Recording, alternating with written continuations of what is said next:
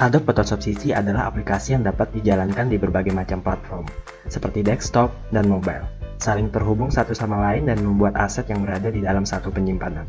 Dengan ini, kamu bisa membuat dan mengedit gambar maupun desain, serta menciptakan apa saja yang bisa kamu bayangkan. Dari memperbaiki kualitas foto, membuat manipulasi gambar, menghasilkan karya yang keren, untuk digital printing, aplikasi mobile, membuat video dan animasi, menciptakan tipografi, hingga ilustrasi. Photoshop akan membantu kamu untuk membuat foto terbaik yang bisa kamu ciptakan. Dari pengeditan dasar seperti exposure, memperbaiki warna dan cahaya, melakukan pemotongan atau perubahan kemiringan terhadap gambar, atau yang lebih sulit, memindahkan sebuah objek, dan juga kamu bisa merubah gambarmu menjadi sesuatu yang sangat berbeda. Kita dapat bereksperimen dengan efek blur, menggabungkan beberapa gambar untuk membuat adegan yang baru, atau melepaskan imajinasimu yang liar untuk menciptakan sesuatu yang belum pernah ada. Dengan Adobe Photoshop dan juga Creative Cloud, siapa saja bisa menyalurkan imajinasinya dan menciptakan sesuatu yang berbeda. Oke, kalau gitu langsung aja di sini kita buka aja software Adobe Photoshop-nya. Nah, di sini saya menggunakan Adobe Photoshop CC 2022. Kalau misal kalian mungkin menggunakan versi yang lain, saya rasa juga nggak masalah karena dari segi tampilan dan fitur biasanya dia juga mirip-mirip gitu. Nah, setiap kali pertama kali kita membuka software Adobe Photoshop, tampilannya itu nanti kurang lebih bakalan seperti ini. Dan tampilan ini itu dinamakan dengan welcome screen atau halaman pembuka. Nah, ada beberapa hal yang bisa kita lakukan di welcome screen ini. Yang pertama, di sini kita bisa bikin sebuah project baru dengan cara klik tombol new file yang ada di pojokan kiri atas ini. Dan yang kedua, kita di sini juga bisa melihat project-project yang sebelumnya telah kita bikin. Nah, itu nanti kalian bisa cek aja di menu bagian bawah sini. Nah, ini semua adalah project-project yang terakhir saya bikin. Jadi nih, kalau misal kita pengen melanjutkan projectnya, tinggal kita pilih aja. Oke, kurang lebih seperti itu sedikit gambaran dari welcome screen. Nah, karena di sini kita belum punya projectnya, maka yang pertama di sini kita mulai dari bikin sebuah project baru. Caranya nanti kalian tinggal klik aja new file. Setelah itu dia nanti akan muncul tampilan pengaturan kayak gini. Nah, jadi nanti untuk pengaturan projectnya itu nanti kita atur di bagian sini. Yang pertama di sini kita akan atur di bagian ukurannya dulu. Oke, untuk mengatur ukuran di sini ada dua cara. Yang pertama itu kalian bisa ngikutin atau gunakan template ukuran yang sudah disediakan sama Adobe Photoshop. Contohnya kalau misal kita pilih yang print, nah maka di sini adalah ukuran standar print-printan yang biasa dipakai. Contohnya kayak A4, A6, A5 dan sebagainya. Atau misalkan kalau misal kita pilih wave, nah, maka ini adalah ukuran-ukuran web atau dokumen yang biasa dipakai buat ditampil di layar laptop dan sebagainya. Ya, kurang lebih kayak gitu. Nah, cara yang kedua, di sini kita bisa mengatur ukuran project secara manual. Caranya itu nanti kalian bisa atur di menu kanan sini. Oke, sebagai contoh, katakanlah di sini kita pengen bikin thumbnail YouTube. Nah, untuk thumbnail YouTube sendiri itu ukurannya adalah 1280 x 720. Berarti di sini tinggal kita masukin aja lebarnya 1280, tingginya adalah 720 seperti ini. Nah, ini adalah standar untuk ukuran thumbnail YouTube. Selanjutnya untuk satuannya sendiri, nah di sini kita bisa ganti.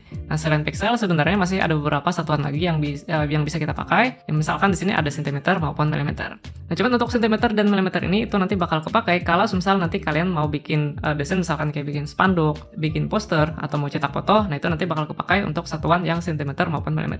Cuman karena di sini kita pengen bikin thumbnail YouTube, kita pilih aja yang pixel.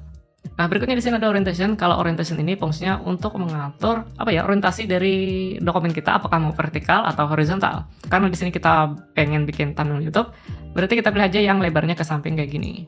Nah, berikutnya di sini kita masuk di bagian resolution. Kalau resolution ini bisa dibilang istilahnya kayak kerapatan pixel ya dari dokumen yang mau kita bikin. Artinya semakin tinggi nilai resolutionnya, maka nanti gambar yang kita bikin itu makin tajam. Nah, cuman di sini satu hal yang mesti kalian ketahui, untuk nilai resolution sendiri, kita di sini nggak boleh asal-asalan ya masukin nilainya. Di sini kita akan pakai standar yang biasa memang sering dipakai. Nah, jadi untuk standar resolution itu ada dua, yaitu adalah 72 dan 300.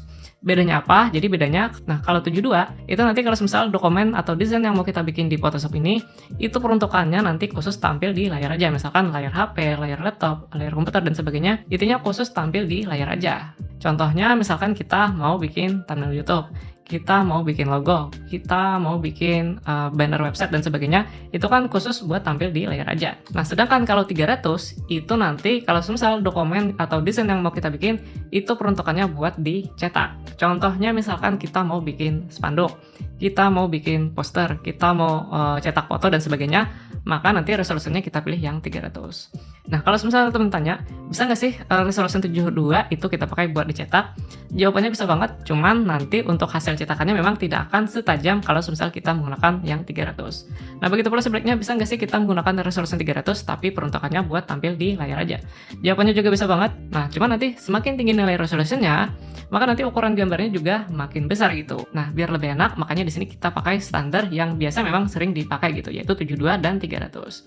Nah, karena di sini kita mau bikin thumbnail YouTube, berarti di sini resolusinya kita atur yang 72. Oke, jadi seperti itu sedikit gambaran cara untuk mengatur ukuran dokumen atau project yang mau kita bikin. Nah, cuma sebelum kita klik tombol create, kita di sini bisa kasih nama dulu. Misalkan di sini saya kasih namanya adalah thumbnail YouTube. Oke, misalnya seperti itu. Kalau sudah fix nih ya, tinggal kalian klik aja tombol create untuk membuat projectnya. Nah, kalau sudah, maka nanti kalian akan secara otomatis masuk di workspace atau area kerja dari Adobe Photoshop ini. Nah, cuman sebelum saya jelasin lebih detail mengenai tampilan-tampilan yang ada di sini, yang pertama di sini saya mungkin akan jelasin dulu gimana caranya untuk memasukkan gambar ya atau foto ke dalam Adobe Photoshop ini. Katakanlah di sini misalkan kita pengen memasukkan gambar atau foto ke bagian thumbnail kita gitu. Nah, caranya itu gampang banget. Kalian nanti tinggal cari aja gambarnya di Windows Explorer seperti ini. Kalau sudah ketemu, kalian tinggal drag aja atau tarik ke bagian dokumen kita. Nah, maka nanti gambarnya itu akan secara otomatis muncul di Adobe Photoshop seperti ini gitu. Nah, begitu pula kalau misalnya nih kalian pengen masukkan gambar yang lain, ya tinggal kalian tarik aja seperti ini. Oke, setelah teman-teman paham gimana caranya untuk memasukkan gambar, nah, selanjutnya di sini saya akan jelasin sedikit ya mengenai bagian-bagian yang ada di Adobe Photoshop ini. Kita mulai dari bagian yang paling kiri dulu. Nah, yang paling kiri ini namanya adalah tools atau alat-alat yang bisa kita pakai nanti pada Adobe Photoshop. Untuk toolsnya sendiri di sini saya mungkin tidak akan jelasin semuanya ya, karena nanti bakalan panjang banget. Tapi di sini saya hanya jelasin beberapa aja yang tools-tools yang biasa memang paling sering dipakai gitu. Untuk tools yang pertama, kita mulai dari yang paling atas dulu. Ini namanya adalah Move Tool. Move Tool ini fungsinya buat mindahin objek, nah kayak gini. Nah, selain mindahin objek, dia juga bisa kita pakai nanti buat mengatur ukuran objek kayak gini. Nah, jadi nanti caranya tinggal kalian tarik aja yang tanda titik-titik di bagian samping objek atau foto kita, kayak gitu. Nah, kalau semisal di tempat kalian, titik-titik ini tidak muncul, cara munculnya itu gampang banget. Kalian tinggal checklist aja, nih, Show Transform Control di bagian panel paling atas ini. Kalian tinggal checklist, maka nanti dia akan muncul. Nah, misalkan di sini untuk background, nah, saya perbesar seperti ini. Ya, kurang lebih seperti itu untuk fungsi dari Move Tool. Selanjutnya kita coba tools yang kedua, misalkan di sini ada Eraser. Eraser ini sesuai namanya, dia fungsinya buat menghapus. Contoh, misalkan di sini saya pengen menghapus background dari gambar burung ini, ya caranya nanti tinggal kita coret-coret atau gosok-gosokkan aja seperti ini buat menghapus backgroundnya. Nah, contohnya seperti ini. Nah, di sini untuk seluruh background dari si burung sudah selesai saya hapus dan hasilnya dia jadi transparan seperti ini gitu. Nah, itu tadi fungsi dari eraser atau penghapus. Selanjutnya di sini kita coba tools yang ketiga, text tool. Tools buat bikin sebuah tulisan gitu. Nah, ikonnya nanti huruf T kayak gini, tinggal kalian klik aja. Nah, setelah itu tinggal kita tentuin nih di mana nanti kita pengen naruh tulisannya. Katakanlah kita pengen naruhnya di pojokan kiri atas ini. Tinggal kita klik. Setelah itu tinggal ketikkan aja tulisannya, katakan misalnya Kolibri seperti ini. Selanjutnya, buat ganti font dari tulisan kita, caranya gampang banget. Yang pertama kita seleksi dulu, selanjutnya tinggal kita pilih fontnya di panel paling atas ini. Misalkan saya pilih fontnya yang seperti ini. Kalau misal kita pengen ganti ukurannya, kita bisa ganti di bagian sini. Nah, cuman saya sendiri ya, untuk mengatur ukuran tulisan, saya lebih suka pakai Move Tool tadi, karena di sini kita bisa lebih fleksibel gitu buat mengatur ukuran dari tulisan kita. Contohnya kayak gini. Nah, berikutnya nih, kalau misal kalian pengen ganti warna tulisannya, kita balik lagi ke text tool tadi. Setelah itu jangan lupa kalian seleksi dulu seluruh tulisannya. Selanjutnya tinggal kita pilih panel yang di bagian atas ini buat ganti warna dari tulisan. Kalau sudah, kita tinggal klik OK. Nah, itu tadi sedikit gambaran dari text tool ya, atau tools buat bikin tulisan di Adobe Photoshop. Dan yang terakhir di sini saya akan coba jelasin tools yang berada paling bawah sini. Nah, itu adalah tools buat ngatur warna. Nah, di sini kan ada dua buah warna. Warna yang paling atas ini adalah warna utama. Contohnya di sini kalau misal saya pilih warna biru, Nah, berarti nanti kalau misal nih saya gunakan kuas, maka nanti kuas tersebut itu warnanya bakalan warna biru gitu. Nah, sedangkan untuk warna yang di bagian bawah atau yang kedua, ini nanti ada hubungannya sama gradien. Contoh, misalkan saya coba bikin gradien seperti ini. Nah, maka nanti warnanya adalah biru kuning sesuai warna yang di bagian panel kiri bawah sini. Yaitu tadi sedikit gambaran dari fungsi panel warna di bagian Adobe Photoshop gitu. Oke, itulah sedikit gambaran ya mengenai tools yang ada di Adobe Photoshop. Nah, untuk tools-tools yang lain, sepengalaman saya itu kalian nanti bakal paham sendiri jika misal nanti kalian sering-sering aja nonton video tutorial atau mungkin kalian sering-sering aja bikin desain di Adobe Photoshop ini. Oke, setelah tools, selanjutnya di sini saya akan jelasin panel di bagian kanan bawah sini yaitu layer. Nah, kalau layer ini itu bisa dibilang kayak tumpukan gambar lah seperti itu. Nah, jadi semakin paling bawah letak posisi layernya, maka di bagian dokumen ini juga dia posisinya makin paling belakang. Contoh, di sini kan untuk tulisan berada paling atas, maka di sini kalau misal kita taruh di bagian burung, maka nanti tulisannya itu bakal menutupi si gambar burung, karena gambar burung itu berada di bawah dari layar tulisan. Nah, kalau misal nih kita pengen untuk tulisan itu berada di belakang burung, berarti layar tulisan tinggal kita geser aja ke bagian bawah si burungnya. Nah, maka nanti hasilnya kurang lebih bakalan seperti ini. Nah, selanjutnya kalau misal kalian pengen bikin layar baru, katakanlah di layar baru misalkan kalian pengen bikin gambar apa gitu, caranya itu gampang, kalian tinggal klik aja tanda plus di pojokan kanan bawah.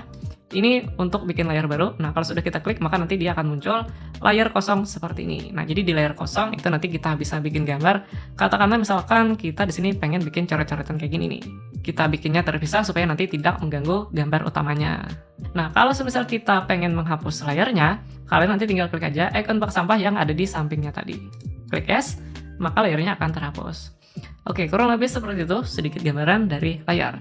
Oke, setelah layar, selanjutnya di sini yang terakhir mungkin saya akan jelasin menu paling atas di bagian sini. Nah, di sini ada banyak menu ya, mulai dari file, edit dan sebagainya. Dan di tiap menu di sini fungsinya beda-beda gitu. Misalkan di sini di menu file nih. Nah, di menu file kita bisa melakukan beberapa hal. Misalkan kayak bikin project baru, terus membuka project, menyimpan project dan sebagainya. Itu nanti kita bisa lakukan di menu file. Terus kalau mau edit, nah pengaturannya kurang lebih seperti ini, image dan sebagainya. Nah, cuman di sini yang menurut saya yang paling penting itu ada di menu filter. Nah, kalau menu filter ini fungsinya buat ngasih efek pada objek atau gambar kita. Contoh misalkan saya pilih yang background ya, layer background. Setelah itu kita buka menu filter dan misalkan di sini untuk background kita coba bikin dia jadi blur. Misalkan di sini kita pilih yang Gaussian blur. Nah, maka nanti dia background kita bakalan blur seperti ini dan tinggal kita atur aja tingkat blurnya seperti apa gitu. Selain blur, masih banyak lagi sebenarnya pengaturan efek yang bisa kita terapkan. Misalkan kita pengen ngasih efek noise nih misalnya, kita pilih add noise. Nah, maka nanti di gambar kita itu bakal ada efek noise-noise-nya kayak gini. Ya, kurang lebih seperti itu untuk sedikit gambaran dari fungsi filter. Nah, cuman sebelumnya di sini saya coba rapikan dulu ya untuk desain dari thumbnail kita. Oke, anggap aja desain thumbnail kita seperti ini ya. Oke, dan terakhir di sini saya akan jelasin gimana sih caranya untuk menyimpan hasil desain atau gambar kita ini. Nah, di sini ada dua cara buat menyimpannya. Yang pertama, itu kalian bisa simpan dokumen kalian itu menjadi file mentahan. Cara menyimpan file mentahan, kalian tinggal buka aja menu file. Setelah itu tinggal kalian pilih save.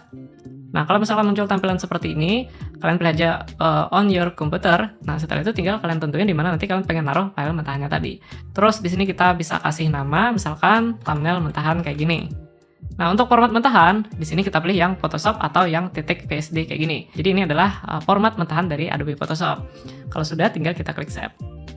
Nah, jadi itu tadi cara buat menyimpan file mentahan dari Adobe Photoshop. Nah, cara yang kedua, di sini kita bisa simpan hasil editan kita ini menjadi file gambar, contohnya kayak JPEG atau mungkin kayak PNG. Cara menyimpannya itu gampang banget, kalian tinggal buka lagi menu file, terus pilih Save As. Nah, setelah itu di bagian format, di sini tinggal kita pilih JPEG kalau misal kita pengen formatnya JPEG, atau kalau misal PNG juga ada di bagian sini dan beberapa format-format yang lainnya gitu. Nah, misalkan di sini kita pilih JPEG, kalau sudah kita klik save, dan berikutnya di sini kita tinggal atur nih kualitas dari gambar yang pengen kita simpan ini. Nah, jadi semakin tinggi kualitasnya, maka nanti ukuran gambarnya juga makin besar, dan untuk ukurannya sendiri nanti teman-teman bisa cek di bagian bawah sini. Misalkan kalau misal saya atur kualitasnya 10, berarti ukurannya nanti sekitar 390 KB. Tapi kalau misal saya atur 12, maka ukurannya nanti sekitar 700 KB. Kalau sudah, ya tinggal kita klik OK untuk menyimpan hasil gambarnya. Dan hasil gambar desain kita tadi kurang lebih hasilnya kan seperti ini. Oke, so jadi kurang lebih seperti itu untuk tutorial seputar Adobe Photoshop untuk pemula kali ini.